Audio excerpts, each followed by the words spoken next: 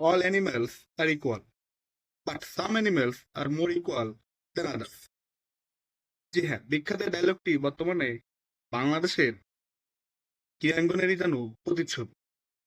আরো স্পেসিফিক ভাবে বলতে গেলে যারা হত্যাকর্তা অর্থাৎ ক্রীড়া মন্ত্রণালয়ে যারা চালাচ্ছে, যিনি উপদেষ্টা বা মন্ত্রী এবং বর্তমান বিসিবি যিনি সভাপতি, তাদের জন্য যেন এটা পারফেক্ট। আপনারা জানলে অবাক হবেন বা অবাক হবেন না, আপনারা এখন বুঝে নিয়েছেন যে এটা জাস্ট একটা স্ট্যান্ড বাই ছিল। বাংলাদেশি রাজনৈতিক উদ্দেশ্যে টি-20 ওয়ার্ল্ড কাপ থেকে নিজেদের নাম নিজেরাই বাদ দেওয়াতে চেয়েছে। জি হ্যাঁ, এটা একটা গেম ছিল। কারণ কি? কারণ হচ্ছে বাংলাদেশ শুটিং দল তারা কিন্তু ভারতে যাচ্ছে খেলতে। জি হ্যাঁ, তারা ভারতে যাচ্ছে। শুটিং এর যারা আপনার খেলোয়াড় রয়েছে তারা এই সামনের মাসেই সম্ভবত 2-3 ফেব্রুয়ারি তারা ভারতে যাচ্ছে। তো একই সময় আপনি ক্রিকেটের যে টিম আমাদের, তাদের ভারতে যেতে দিলেন না নিরাপত্তা সংখ্যায়, বা শুটিং টিমকে যেতে দিচ্ছেন। হোয়াই? কেন? শুটিং টিমের কি নিরাপত্তা ঝুঁকি নেই ভারতের? তারা কি বাংলাদেশী না? কেন? কারণটা কি? শুধু ক্রিকেট টিমের উপরেই কেন নিরাপত্তাজনিত কারণ ছিল বা নিরাপত্তার কনসার্ন ছিল? আসিফ নজরুল, আপনি তো ক্রীড়া উপদেষ্টা, আপনাকে প্রশ্ন করতে চাই। আপনাকে আর কোনো সাংবাদিক প্রশ্ন করবে না, খুব কম সাংবাদিকই প্রশ্ন করবে বা খুব কম চ্যানেলে এই নিউজটা ছড়াবে। কারণ এখন তো সত্যি কথা বলতে সব সরকারের আমলেই আমাদের দেশের আপনার মিডিয়া কন্ট্রোল হয় এখন আরো বেশি।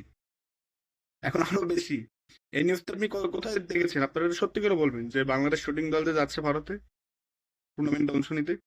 খুব কম নিউজ চ্যানেলই এটা প্রচার করেছে। কারণ অনেক ঝামেলা আছে। তাসিম নজরুল, আপনি তো অনেক প্যাট্রিয়ট একজন মানুষ, অধ্যাপক, অনেক দেশপ্রেম আপনার। আপনার দেশপ্রেমের কাছে আমাদের কিছুই না। আপনি এর ব্যাখ্যাটা একটু দেবেন স্যার, কাইন্ডলি, যে কেন শুটিং টিম যেতে পারে ভারতে বা বাংলাদেশ ন্যাশনাল ক্রিকেট টিম যেতে পারে না টি-20 ওয়ার্ল্ড কাপ খেলতে? উত্তর আছে কি?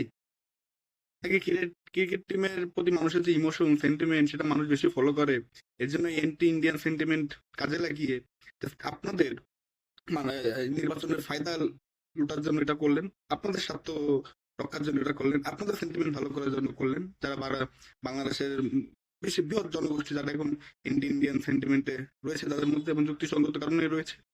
আসিফ নজরুলের কাছে কি উত্তর আছে? হয়তো পারে। হ্যাঁ, অবশ্য তিনি উত্তর দিতে পারবেন কারণ তিনি একজন অধ্যাপক, অ্যান্ড বাই দ্য ওয়ে তিনি কিন্তু বেশ কনভিন্স করতে পারেন মানুষকে।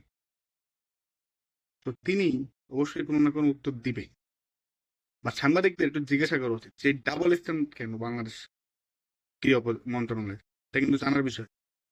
জানতে হবে আমাদের যে আমাদের ক্রিকেটটা কেন যেতে দিল না।